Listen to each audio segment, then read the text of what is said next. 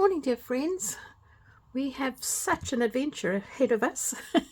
We have this delightful edition of Daphne's Diary, which is number 3 of 2026, and it's the Easter edition, and it's just jam-packed full of lovely, lovely things. So should we have a look through this? If you're here for the first time, my name is Colleen. Welcome, and I'm so pleased to have you along. And if you are returning, thank you so much for supporting my channel. I really appreciate each and every one of you. Now, as you know, Daphne's Diary is quite a large format magazine, and the covers are always delightful because they're nice and firm and card, and they have beautiful designs, which also, if you are into journaling, make lovely covers as well for your book. But there's a feast of stuff in here that we can have a look at. So we've got a lovely display here of blue and white Easter, and I've got a real soft spot for blue and white china. My father's mother, who we called Oma, although she was from Australia. Oma just means old mother in Afrikaans, which is a derivative of the Dutch language, but she had blue and white china, so that's got happy memories of my childhood. And I've also done a lot of work on eggs over my life. I used to decoupage them and decorate them and sell them, both hen's eggs and ostrich eggs, so there's a soft spot in my heart for that. These lovely borders and images are great for cutting out for ephemera. If you are doing junk journaling, or even nice as card backgrounds, you could just cut out a snippet like that and then superimpose another image. So these magazines prevent you from having to go out and buy whole loads of pads of paper. They've just got so much inside that you can actually use for different projects. I've made lovely masterboards with Daphne's Diary, and yeah, they make great ephemera. Got some beautiful roses here in the corner, lovely sort of watercolor roses, and these next 2 pages are on quite sort of thick, firm card. So you can cut these out and make these lovely little pouch pockets, which if you just want to just give somebody a small gift, or you want to just maybe give them a little fridge magnet with a verse of inspiration, they're great. So you've got those. They're double-sided, so you won't have any white edges showing through. This is a beautiful color. So one of the things that I learned to do when I was under pressure or feeling sad, or just that I was in a storm of some sort, was that I used to, well, I'm not say used to, I still do, but I do it less now, is I used to imagine that I was in a beautiful bubble and that I could step inside it, that I was fully protected by the outside of the bubble, and that I could just float around and just ponder things, looking at them from the outside. And my bubble was a slightly more blue version of this color. Dandelions I just absolutely love, and they are nutritionally so good for you, both the leaves and the stems and the flowers. So yep, really, really good for you. This is a lovely street artist who does murals, who's done them almost in an adventurous and playful kind of a way, because he will paint something on a wall, and if we turn the page over, you will see that he's painted the children, and then he's got a real bicycle there, and he's done a guy on a motorbike, but he's actually put a real motorbike there. So I think very clever use of that, and quite fun. I do like street art, actually. Yep, really nice. We've got a festival every year in March where in our city they paint a lot of the walls, and they're just whiting out last year's paintings to prepare for this year, and the art that is done by these street artists is absolutely incredible. Daphne's Diary has, over the various issues, quite often repeats images. So you'll have brushes of different kinds, you've got paint pots here, you might have palettes, you could have cups and saucers, there might be food images, things to do with flowers, all sorts. So if you're wanting to build up a stash of ephemera or images that you can use to make ephemera, this is a good source. Lovely background colors here, nice textures, and also lovely text that you could use. And this lovely plant here with these sort of papery seed pods is called Honesty. I'm growing some of that at the moment, and I just love the pods. They're just so delicate. This looks like a lovely place to go for a retreat of some sort. Yeah, here's some images that you could use again. Okay, so obviously Rocky Road for Easter. Who doesn't love a little bit of chocolate? And then here's some lovely stickers and a nice poem that you could use, but you could also cut out each of these sentences or just words from these sentences and use those as sentiments. So lovely way to have some things to add to your stash without actually costing you extra money. History of the Easter Bunny.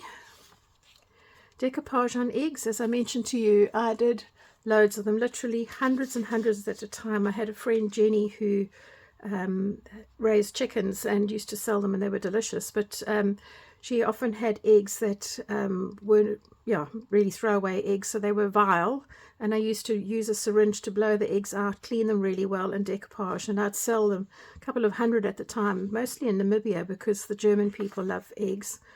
And I remember one time my husband taking them up, because he was a pilot, so he used to fly there often, and the man in the shop said, "Oh, but they're going to break," and he just tipped the whole out on the floor, and not one of the eggs broke. So that was a really good sale for us. Some lovely images of birds and insects and creepy crawlies. You could use them individually, or you could use them in conjunction with the little sort of tag thing that they've got there with them. Look here, lovely, lovely colours that you can use for your ephemera, but just a beautiful, lovely, tranquil setting. I always just love the way people combine colours and textures and things, because they're not always how I would do it. Beautiful. And even these little dots around the outside of the frames are quite nice. I mean, you could use that as a decoration on a piece of ephemera if you tore it into strips. This is quite fun. They've given you a blank page where you could decorate a Daphne's diary, and the prize that you would win would be one of these paper books that has all sorts of paper project pieces in there for you. Love that. 4-leaf clover with a little ladybird. And this is rather fun. Look at this lovely little bunny. I've got a little thing going with my granddaughter. I work on a farm and I teach special needs adults. And when we had some kids that were born the first year that she was able to come, I said to her the little rabbit had sent a message, and then I used to leave these little cards with a stamped image of a rabbit all around with messages for her to do. And you know, she's like 3 years later, she's still so excited about the rabbit. Doesn't believe in Father Christmas, but she believes in this rabbit, and she's really cute. Look here, there's even a nice little image of a stamp, but the colors here are beautiful, the scenery is beautiful, and it just makes you want to travel, doesn't it? Look at this beautiful artwork on this chapel. Gosh, how painstaking to paint there. So this is a batik kind of technique, using wax to be able to paint on eggs. You'll see here that this little tool here has a little copper base, and I don't know if you can see it really clearly. Let me just lift it up for you. So that little copper base will retain the heat nicely, and that's why she's got a candle there, because you put some wax in there and then you melt it, and then through that little nozzle you draw on the eggs with the wax. This little tool is known as a shantung, T-J-A-N-T-U-N-G, and once you've done that, then you can either paint it or you can actually dye it, and then if you just put some heat over the wax, then you'll be able to melt it off. So maybe wrap your egg in paper towel and put a hairdryer over it, and the wax will come off and leave you that color of the eggshell underneath. You've got to be pretty steady-handed, I think, to work with these tiny little eggs. Anyway, some fun images here of shoes. There is a little bit of a quiz that goes with it, but it doesn't have to be done. You could just use the images on their own. Lovely flowers and boots here. Some more gardening images. You see, you're getting quite a lot of stuff here. Excuse me, I've got a bit of a frog in my throat. Nice little chickens and things. Nice little vignettes of a beautiful garden, really. Just some advertising material, but again, each of those little images could be used. Working with felt. I love working with felt. It's so easy. The only thing is it doesn't like glue. Probably the only glue that I've found that works really well is a clear adhesive that comes in a tube. There might be others. If you know of other glues that stick felt nicely together, please pop them down in the comments below, because I'm happy to find out about that. These pages that have the blue text, I find are really nice. I like to actually stamp on them, because it just gives you another dimension to your stamping. And I'll maybe do a video on that just to show you, but it really is it was lovely to stamp on that blue text. Little kitty cats. I had a beautiful cat called Tinky. I originally just got a box with a little felt cat on it, and I didn't know what it was. And then I was taken for a drive in the car to our local animal shelter, and there I was able to collect my cat to go in my box. And she was a beautiful cat. I had her for 21 years, and she died just before I immigrated. So yeah, happy memories of that lovely, gentle, very sweet, kind cat. Okay, more text that you could stamp over. And these little images from posts on the friend give you quite a lot of things that you could actually work with as well. Working with plant materials in your projects is rather fascinating because you can do several things. You can either sort of wrap your leaves and your flowers up in fabric really tightly, tie them with string and boil or steam them to get the dyes to come out. That would dye on fabric, and you'll find in the East quite a lot of people use that technique. Or you could actually do things on paper where you press things down, or you could use the leaves, put a bit of paint on them and press those down to get the images of nature. Or you could actually put things like a flower. I've done it with pansies, where you put between two nice quality sheets of paper and you use a hammer to hammer over that to transfer the dye from the flower onto the paper. Or you could use them on the gel press, and there must be many other ways. So yeah, using nature is just really a joy. Lots of lovely images here that you can use as well. Nice lots of text. Some nice recipes. These are place setting, sorry, not place setting, napkin rings that you would just press out of here. You just got little perforated edges, but you could also take the edges off here and you could use them as little tags or inserts, or yeah, many other opportunities. Here's another poem where you could actually just use the text to be able to use that as a sentiment. Some nice ideas to do with eggs. Even this one where you dye the outside with beetroot juice. Rather beautiful, isn't it? And I do love these egg cups. They're absolutely gorgeous.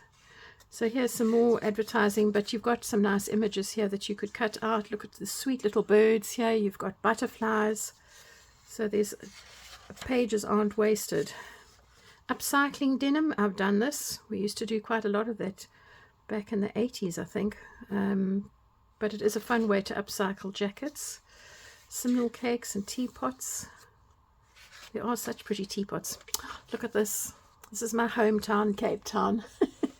Oh my word. So this is right in the heart of the city centre. It's called Green Market Square, and it's a cobbled stone.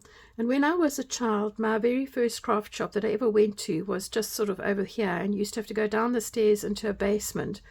And it was my best place ever. I used to go there just about every Saturday to find a few things to work with, and thought at the time when I was a very young child, I mean I was probably only about 11, that I'd like to have a craft shop, and I did.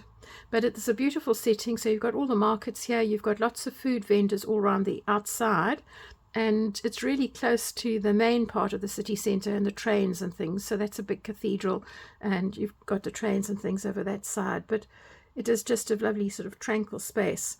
The one thing I will say about South Africa generally is that, gosh, the food is magnificent. I mean, the food is really great. So you get quite a lot of these little vendors that have these little sort of tuk-tuk kind of kiosk things. This is a very traditional thing where they've got a drum of hot water, and they're cooking corn on the cob, or what we call them as South Africa is called mealies, M-I-E-L-I-E-S. And they're really nice. So yeah, they're absolutely great. This is down at the waterfront. So we have a working harbour in Cape Town, and yeah, it used to be just a series of long sort of barns, well, not barns, but yeah, long rooms filled with crates and things, because they had brought fish and stuff in. And then it was given over to a development company, and they've made it into the most beautiful place to go. So the boats still work, the tugs still come in, the cruise liners come in, all the normal things. But surrounding that, you've got beautiful restaurants where you get really lovely food. This is a very fancy 5-star hotel that you can stay in. This is the clock tower, so you would book your tickets here over here if you wanted to get on a ferry to go to Robben Island, which is about over here, and that's where Nelson Mandela was incarcerated for all those years. But the waterfront it's really big. It comes all the way around this side. There's lots of beautiful shops. There's craft markets, all sorts. As I said, the food is really nice. This here is a dish called Bobotie. It's a Cape Malay dish, and it's absolutely delicious. In fact, I think I will put my recipe for you in the video here. It's easy to do. It's a nice way to bulk up a bit of mince, and it's lovely hot or cold. Yeah, so I'll include the recipe for you. Tea bag holders, which could be used as a tea bag holder. It could be used to give a little gift to somebody, or you could cut them up and use them separately, but on quite nice firm card here. And this is the big paper insert. I'm not enamored with this one. It's mostly of sort of plates of food. I don't know how it's so big. It's quite difficult to show you. But again, you could cut things up and you could use little bits and pieces. Sometimes they're beautiful. Oh, look, there are some nice flowers. So, I mean, you could use some of those flowers. You could use some of the lavender. You could even cut out the inside of the tart here, maybe, and just use that. Sometimes we've got to just train our brains not to think of something as the whole, but to look at it into smaller pieces. This, I thought, was just the most clever thing. So this lady is an architect, and she knew somebody who didn't have a home and was sort of basically couch surfing. So she designed this home, which is only 17 meters squared, but it has everything in it, including a little shower and a little balcony and that. Very, very, very clever. It's portable.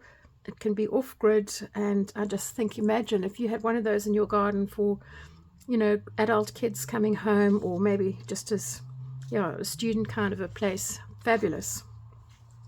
Lovely eggs to be dyed. I learned how to make really beautiful eggs from a Greek Orthodox lady. She taught me how to dye them red, which is the color that they would use, but she showed me how to make it so that the egg inside would actually stay fresh. Well, not fresh, but it wouldn't sort of rot and smell. So you put about 3 or 4 dishcloths in the bottom of a pan and boiling water, and then you boil the eggs for a couple of hours, and then you can leave them. And I had those eggs that I decorated the outside, and I had them for, gosh, probably about 15 or 20 years, and it was just before I was leaving to come here. My grandson accidentally dropped them, and it was quite interesting looking at the inside, because the white of the egg had become powdery and the yolk had become quite a hard little ball. I don't know if you ever opened up a golf ball. It's miles and miles of elastic, and then you've got this hard little ball in the middle. It was pretty much like that, but it was interesting. Right, papers that you could use, either make a little butterfly or just for your projects. Look at those. They are so beautiful. If you have any of Art by Marlene or Light in the Box materials, these would go nicely with her kind of color and vibe of her images and stamps and things. These I thought could be nice, even fussy cut if you didn't want to use it as a whole background. And you've got that as well. And there's the back cover. So let me open it out so you can see the whole thing. Isn't that fabulous? Well, thank you so much for joining me. I hope you've enjoyed this, and I really, really am looking forward to being able to do some work with this project. If you've enjoyed the video, give me a thumbs up, and please subscribe to my channel and put on the bell for the notifications so you don't miss out when the next one comes. Bye for now.